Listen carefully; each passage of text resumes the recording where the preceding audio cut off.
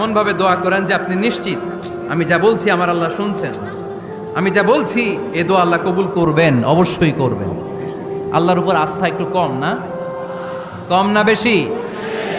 যার আস্থা বেশি তার দোয়া কবুল হওয়ার সম্ভাবনাও বেশি।